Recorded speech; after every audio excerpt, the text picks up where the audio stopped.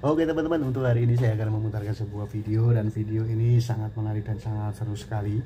Tentunya video ini dari teman kreator kita yaitu Opung Parbilak. Di sini Opung Parbilak membahas dan mengomentari tentang video yang terbarunya ini. Nah, video terbarunya kali ini yaitu masih tentang berkaitan yaitu tentang politik. Nah, di sini Opung Parbilak membahas dan mengomentari tentang video ini yaitu tentang akan kemungkinan besar ada 10 menteri Prabowo yang akan di reshuffle. Nah, oke teman-teman, supaya teman-teman tidak penasaran dengan pembahasannya atau komentar Opung Parbilak, mari kita lihat dan kita tonton. Inilah keseruan Opung Parbilak membahas video ini. Oke, gas. Ya, bakalan ada beberapa orang menteri di kabinet Bapak Prabowo yang akan di reshuffle. Kenapa terkejut? Kok terkejut? Emang menteri kalian?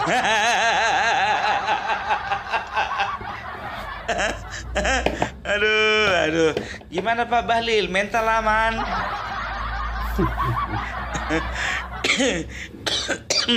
Pak Bahlil ini menteri yang salah satu yang sedang disorot netizen ini. Gara-gara gas LPG 3 kg. Itu makanya Pak Bahlil, ya kan, jangan pernah membuat sebuah kebijakan yang tidak pro masyarakat. Ujung-ujungnya ditelepon Bapak Prabowo kan.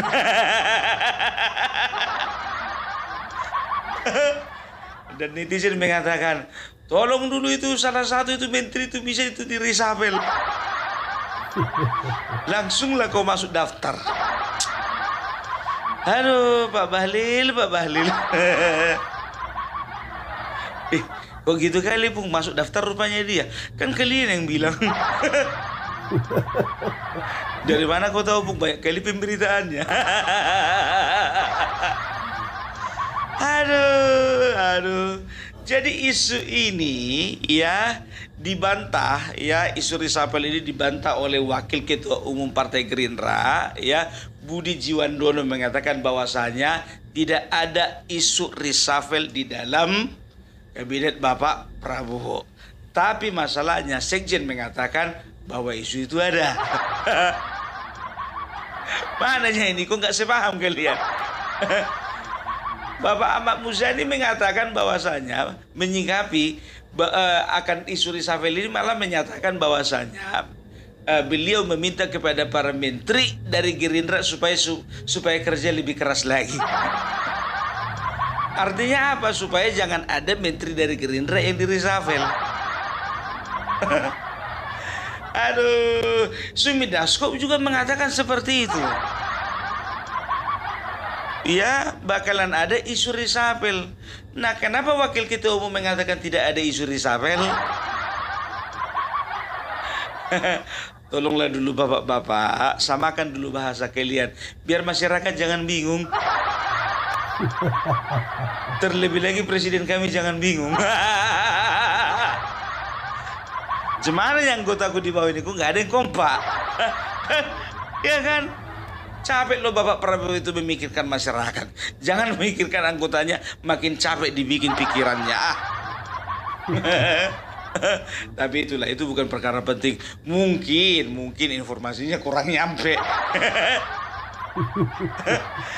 Aduh. Tapi isu reshuffle ini jujur aja gue bilang ya, ini sangat mengejutkan ya bagi menteri. Bukan bagi masyarakat.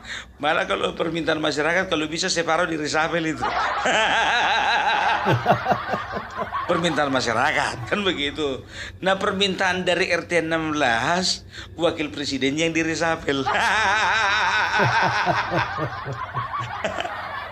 Permintaan dari RW 24 presidennya yang di reshuffle.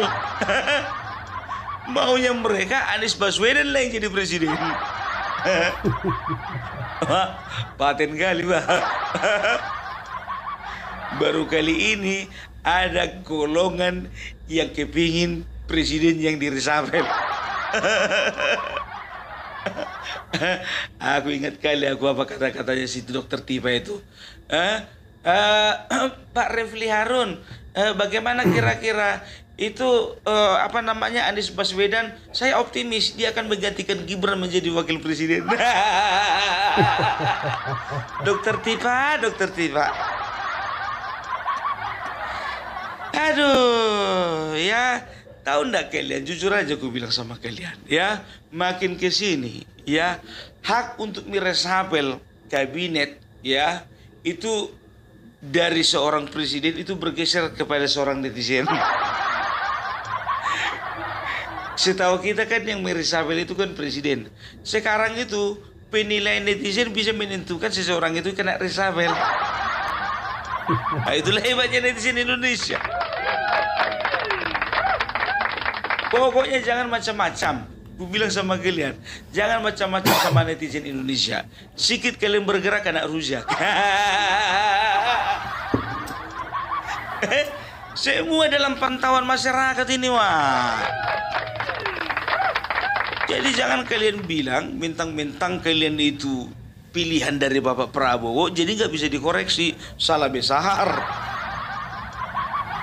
Justru kami masyarakat menginginkan yang membantu Bapak Prabowo adalah orang-orang terbaik. Mungkin saja waktu memimpin, waktu apa namanya memilih kalian Bapak Prabowo, ya mungkin salah pilih, bisa saja. Kan begitu. Nah sekarang pada saat masa resapel ini, ya kan begitu, kalau nanti memang diresapel, nah, itu artinya apa? Itu artinya rakyat turut serta di dalam membantu Bapak Prabowo dalam memilih orang-orang yang terbaik. Iya dong. Ah ya, jadi ya inilah hebatnya netizen ini, biar tahu kalian. Begitu ada isu resapel, di media sosial banyak kali yang membuat seperti ini. 5 menteri dengan rapok merah di kabinet Bapak Prabowo. Udah ada keluar rapoknya, Wak. Ada lagi yang bilang 10 menteri dengan peringkat terendah. Kan begitu. Setelah itu ada itu apa namanya, entah survei entah lembaga apa itu kan. Jadi melakukan sebuah survei, tapi nilainya itu biar tuh kalian minus semua. Ya kan, contoh ya, Natalius Pigai skornya itu minus 117. Ada pula skor minus. Ambil dari titik paling rendah 0 gitulah. Minus. Mana pernah contohnya dapat nilai contohnya? Berapa nilaimu di sekolah tadi matematika? Dapat minus 8 aku kata. Nilai apa minus 8? Ada aja. Iya kan? Jadi ini dia, aku bantu kalian ya. 10 menteri dengan rapok merah di kabinet Bapak Prabowo. Jadi ikut-ikutan dulu aku. Ya ini dari media, ya kan. Yang pertama itu, ya kan, betul tebakan kalian Menteri HAM.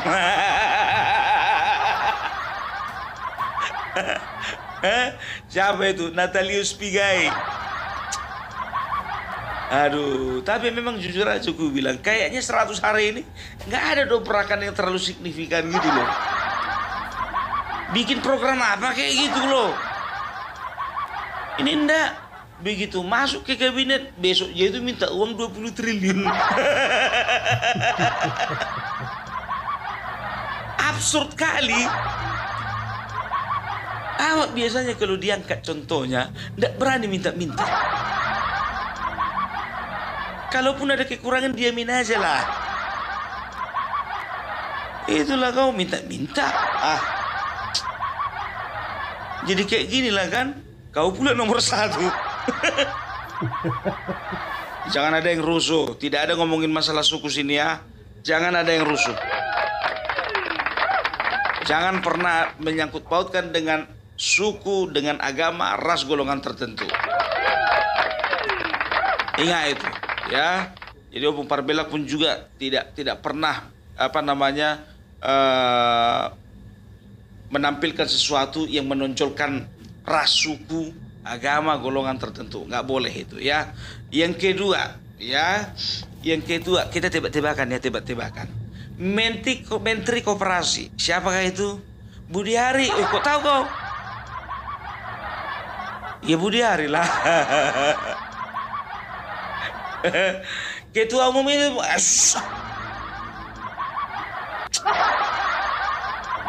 diamkan aja lah. Iya pun kan itu kan salah satu juga yang kau dukung kemarin. Sekarang begini, kita dukung nggak kita dukung, ya yang penting kita kasih nilai. Maksudnya ini sebagai koreksi untuk mereka.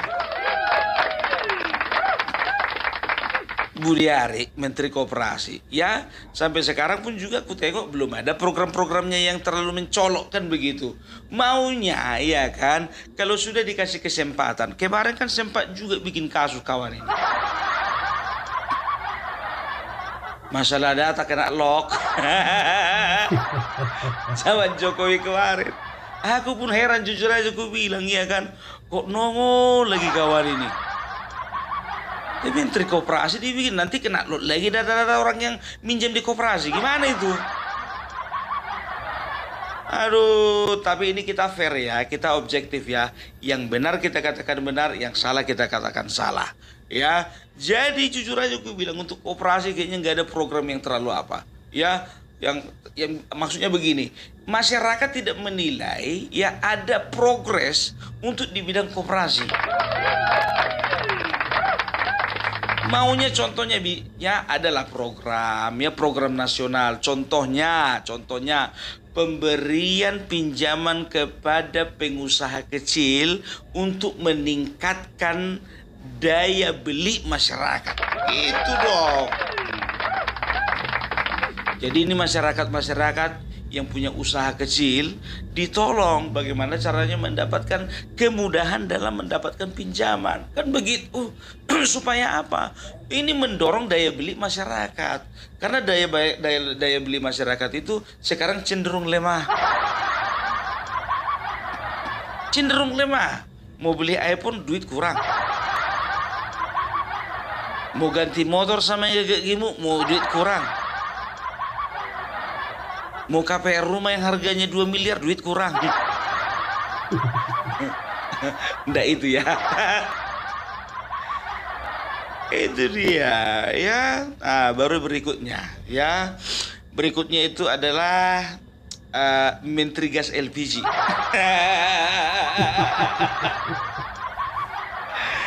Menteri ESDM ya Bahlil Lahadalia ya. Jadi ini salah satu menteri yang ikut kena sorot ini. Ya, dengan tujuan untuk membuat menertibkan harga di tengah masyarakat, ya, malah membuat kekacauan. Kalau aku bilang kekacauan, jujur aja aku bilang.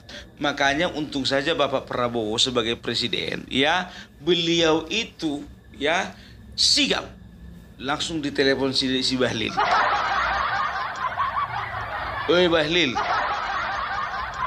sekarang pengecer-pengecer itu kau izinkan saja mereka itu untuk menjual gas LPG. Udahlah, lupakanlah itu masalah-masalah sub pangkalan itu. Oke, baik bos, oke lah kalau kayak gitu. Ujung-ujungnya apa? Pengecer, alhamdulillah bisa jualan lagi. Itu jangan bikin kebijakan-kebijakan yang pertama, jangan pernah bikin kebijakan mendadakan gitu loh. Ada kebijakan sosialisasikan dulu baru eksekusi. Ini ndak langsung kau eksekusi. Sosialisasi belum ada. Apa nggak terkejut penjual eceran di bawah? Tiba-tiba nggak bisa jualan aja. Ya, itu makanya gue bilang ya. Jadi untuk masalah gas ya, ini menjadi gorengan orang sebelah ini. Oke gas, sangat langka mau beli gas. Ngiri, goreng terus. Sedangkan majalah Tempe, biar tahu kalian, bikin hoax dia. Dibilangnya lah ada seorang nenek-nenek meninggal gara-gara antri beli gas. Heboh berita itu kan? Heboh berita itu. Jadi dari Polsek setempat langsung melakukan cross check. Ternyata enggak. Beliau beli gas, tidak antri, pulang meninggal. Jadi bukan gara-gara antri beli gas meninggal. Majalah Tempe. Nanti kita angkat itu. Ya, itu dia. Jadi kalau nggak salah sekarang Bapak Menteri Bahlil ini ya agak was-was juga. Was-was lawak. Ya kan? Yang keempat ya, Menteri Raja Juli Antoni. Kena juga dia pun kena. Siapa yang masukkan daftar? Bukan aku. Media. Ya, jadi ini pun juga ya bisa dikatakan kurang bisa memberikan progres gitu loh ya. Jadi seperti apa sih yang harusnya dilakukan untuk melestarikan hutan, kan begitu. Apa sih yang dilakukan? Contohnya misalnya ya, kita punya target ya reboisasi sekian juta hektar, contohnya begitu. Harus ada dobrakan seperti itu ya. Ya, apalagi di tengah-tengah situasi di Indonesia ini banyak sekali hutan-hutan gundul, kan begitu. Atau misalnya ya, masyarakat diberikan hak guna usaha untuk mengelola hutan tanpa merusak hutan. Loh, apa maksudnya mengelola hutan tanpa merusak hutan? Bisa, Bu? Ya bisa, kenapa nggak bisa? Contoh hasil-hasil hutan seperti rotan itu kan ada di hutan, ya kan? Jadi masyarakat di sana diberdayakan, mereka itu dipersilakan untuk mengambil hasil alam berupa rotan, ya. Tapi disosialisasikan bagaimana caranya mengambil rotan tanpa merusak tanaman atau tumbuh-tumbuhan yang lainnya, gitu. Kayaknya lebih cocok lah aku jadi menteri kehutanan.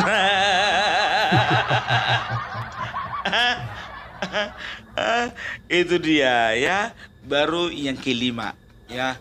Yang kelima ini Menteri Desa dan Daerah Tertinggal. Siapa itu? Ya, kalau kalian nggak tahu namanya, sama aku juga nggak tahu namanya. Tapi kalau ku bilang orang yang kemarin pakai kop surat untuk urusan pribadi, ingat kalian kan? Pasti ingat. Namanya itu si Yandri Susanto. Iya, Yandri Susanto gitu loh ya. Jadi ini pun juga ku tengok banyak kali kunjungannya. Kunjungan ke sana, kunjungan ke sana, kunjungan ke sana, kunjungan ke sana. Sekarang bukan kunjungannya itu yang penting, Bapak.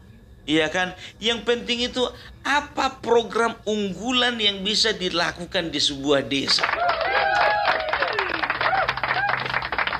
Gitu, contohnya ya.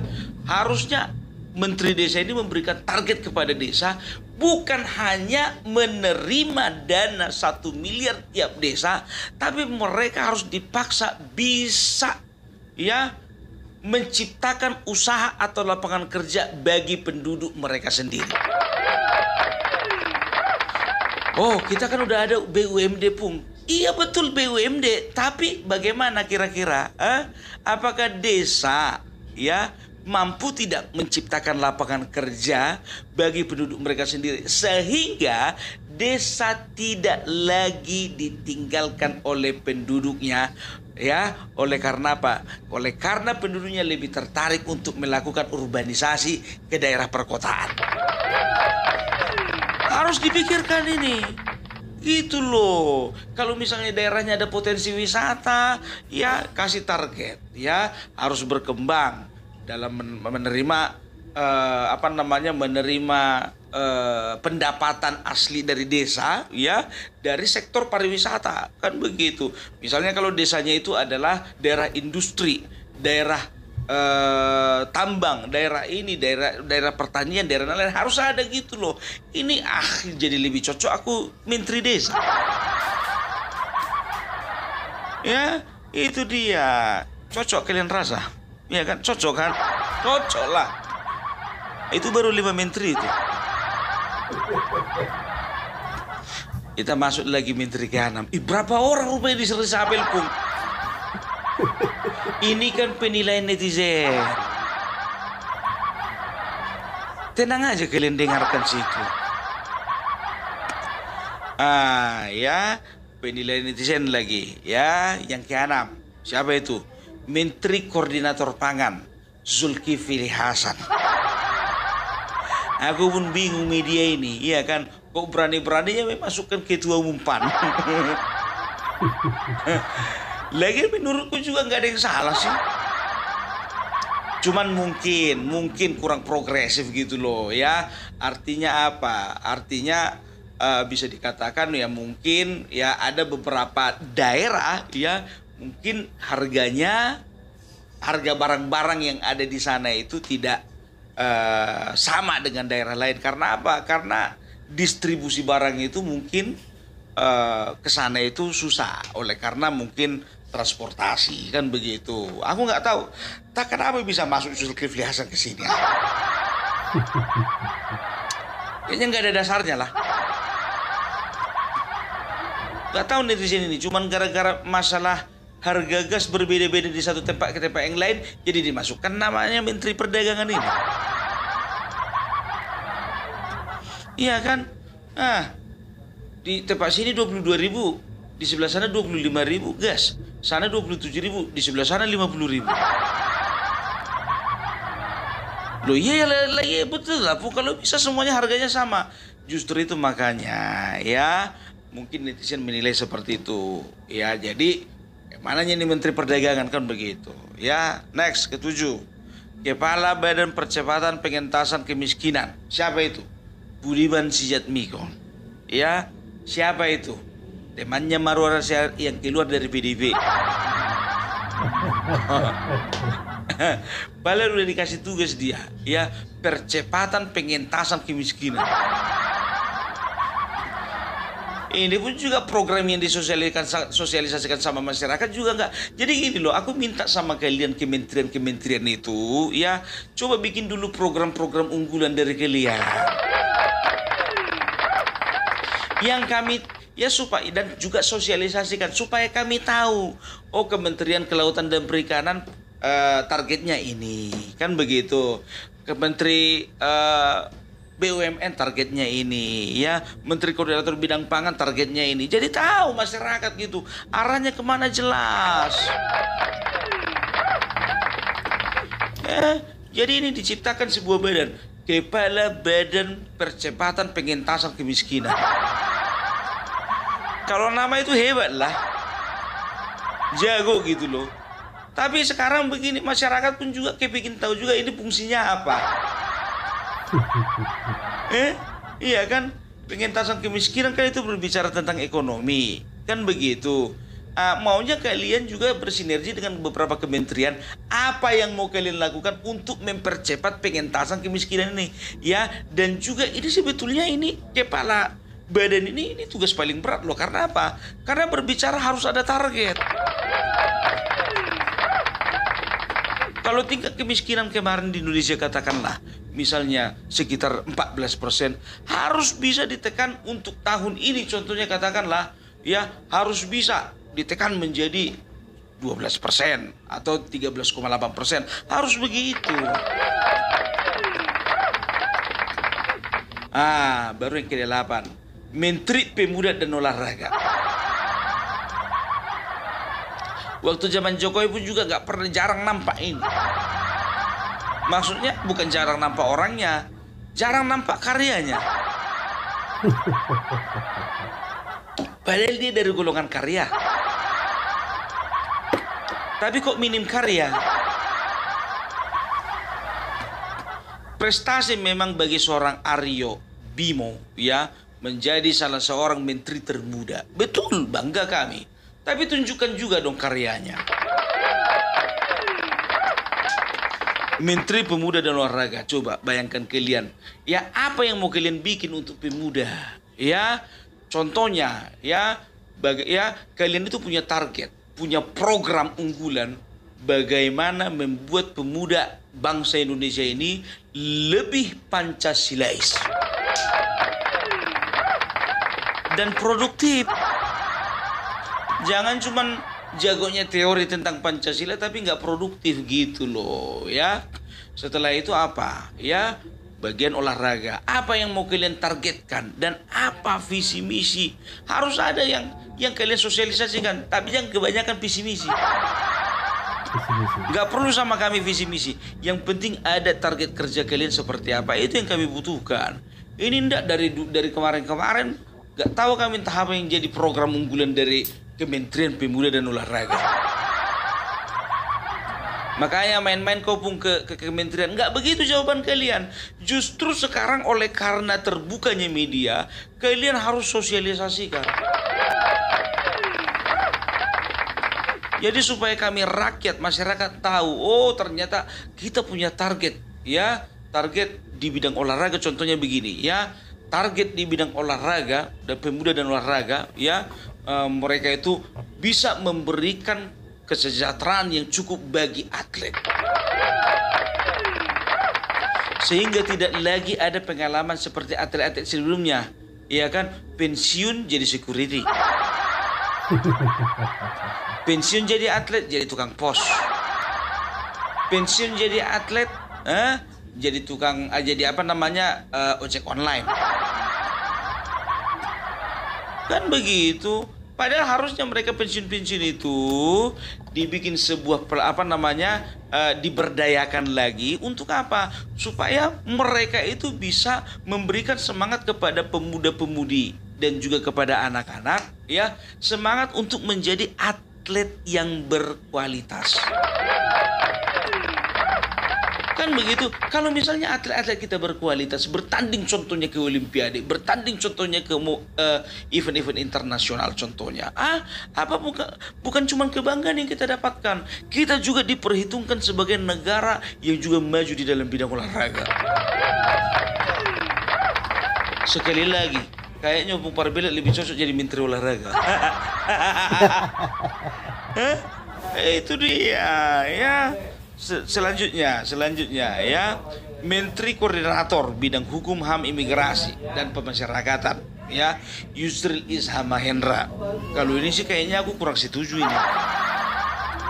Janganlah dimasukkan daftar itu ya, karena kalau ku tengok makin kesini makin bagus kok. Ini media yang ku kritisi sekarang ini. Gitu loh ya, penegakan hukum kan sekarang begini. Kalau bicara tentang penegakan hukum ya, ini nggak akan ada habis-habisnya ini. Cuman Mahfud MD lah Menko Polhukam yang mengomentari negatif kepemimpinannya diri sendiri, yang mengomentari penegakan hukum di masa kepemimpinannya nggak beres. Dia sendiri mengaku itu, biar tahu kalian. Aduh, itu dia ya. Baru berikutnya yang terakhir, Menteri Kebudayaan Fadlizon ya. Jadi walaupun Bapak ini yang satu ini adalah anggota, bukan cuma anggota sih, bisa dibilang juga ini senior, pengurus senior di Gerindra ya. Tapi ku tengok juga sampai sekarang memang terobosannya untuk kebudayaan belum ada, ya kan? Biarlah ini juga menjadi koreksi. Maksudnya apa? Ya, contohnya ya, apa namanya? Ada target, ada sasaran dari Menteri Kebudayaan ini apa? Kan begitu, ya. Jadi contohnya harus ada pendidikan kebudayaan, ya, di masing-masing daerah. Contoh di tempatku sendiri, di kampungku sendiri, ya, kebudayaan itu sudah mulai tergerus dengan zaman. Oleh karena apa? Pendidikan tentang kebudayaan itu sudah minim. Di kampung kami, jujur aja ku bilang sama kalian, ya, itu jangan heran kalian kalau di kampung kami lagi, ya, contohnya di daerah Toba, di daerah Tarutung, itu anak-anak udah nggak ada lagi yang mau bahasa Batak, betul. Udah pakai bahasa Indonesia semuanya. Bukannya bilang apa, kadang-kadang lu gue. Ini hal sederhana kalau ku bilang sama kalian, ya. Sedangkan aku jujur aja sebagai orang Batak kepengen kali aku mempelajari bagaimana budaya Jawa, bagaimana budaya Sunda, bagaimana budaya Minang, bagaimana budaya Aceh, bagaimana budaya Papua. Begitu ya. Dan juga contohnya lagi misalnya ya, contoh dari Papua. Dari Papua misalnya ada guru kebudayaan di sana, guru seni dan budaya di Papua.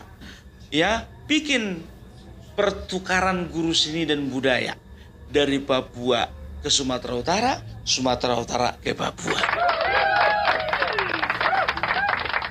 Karena contohnya kami, jujur saja, kalau lewat internet katanya kurang enak gitu, kurang seret.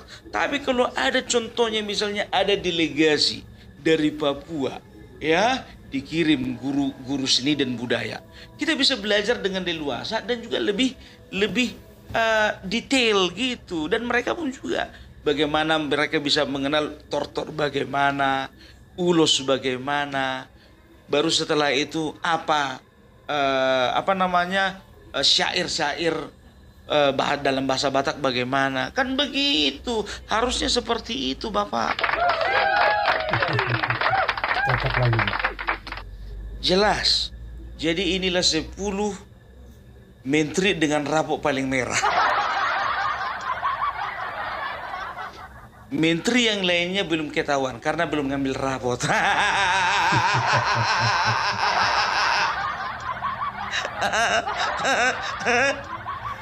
Ya, jadi untuk bapak-bapak menteri ya, tolong ya, kalau memang ada netizen bersuara seperti itu jangan langsung negatif ya. Ini sebagai pembelajaran untuk kalian semua. Ya kalaupun nggak mendasarkan, aku kan hanya membacakan tadi. Aku nggak berdosa dong. Kalau kalian lihat di medianya contohnya, kalian ketik aja itu 10 menteri Prabowo dengan rapot yang paling merah. Ya, ada beberapa media yang memuat nama yang 10 orang tadi. Tapi kita kan fair-fairan kan, ya kan? Kita tidak menyerang pribadinya, tapi kita menyerang kinerjanya. Iya dong, ya kan? Nah, jadi kita sebagai netizen, sebagai rakyat juga harus cerdas, oke? Jadi itu dulu dari Opung Parbelak. Salam NKRI harga mati. Salam. Oke, terima kasih teman-teman yang sudah menonton videonya. Itulah keseruan Opung Parbelak membahas dan mengomentari tentang isi videonya. Ya, sangat menarik sekali kan. Dan apabila teman-teman ada pendapat atau ada salah, silahkan komen di kolom komentar. Selamat beraktivitas, sampai jumpa di video selanjutnya. Sampai jumpa.